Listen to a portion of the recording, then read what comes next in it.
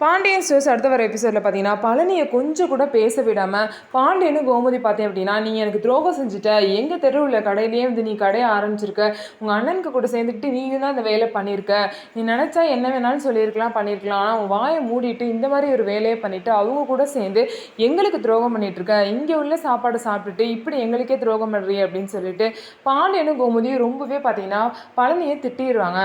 கதிர் பார்த்தீங்கன்னா அவர் கொஞ்சம் பேச விடுங்க மாமாவை அப்படின்பாங்க. என்ன மாமான்னு சொல்லிட்டு இருக்க, இனிமேல் எந்த உறவும் கிடையாது, இனிமேல் இந்த வீட்டுக்கும் உனக்கும் எந்த சம்மந்தமும் இல்லை, இனிமேல் வீட்டுக்கே வராதுன்னு சொல்லிட்டு பாண்டியன் சொல்லிடுறாங்க. கோமதியும் அதே தான் சொல்கிறாங்க, இனிமேல் இந்த வீட்டுக்கு வராத, பச்சை தண்ணி கூட என் கையால் உனக்கு கொடுக்க மாட்டேன் அப்படின்னு சொல்லிட்டு பழனி எல்லாம் வெறுத்து ஒதுக்கிடுறாங்க. ரொம்பவே கஷ்டப்பட்டு மனம் உடைஞ்சு பழனி வீட்டை விட்டு போய் அங்கே கடைக்கு போயிடுறாரு. அங்கே போய் நடந்த விஷயத்தெல்லாம் சொல்கிறாங்க. எல்லாரும் அவங்க அம்மாவும் பார்த்தீங்க அப்படின்னா ரொம்பவே கஷ்டப்படுறாங்க, இந்த மாதிரிலாம் நடந்துருச்சு அப்படின்னு சொல்லிட்டு. சரி இனிமேல் நீ தான் உன் வாழ்க்கையை பார்க்கணும், இதெல்லாம் நினச்சி கவலைப்படாதுன்னு சொல்லிட்டு எல்லாரும் பழனிக்கு ஆறுதல் சொல்கிறாங்க.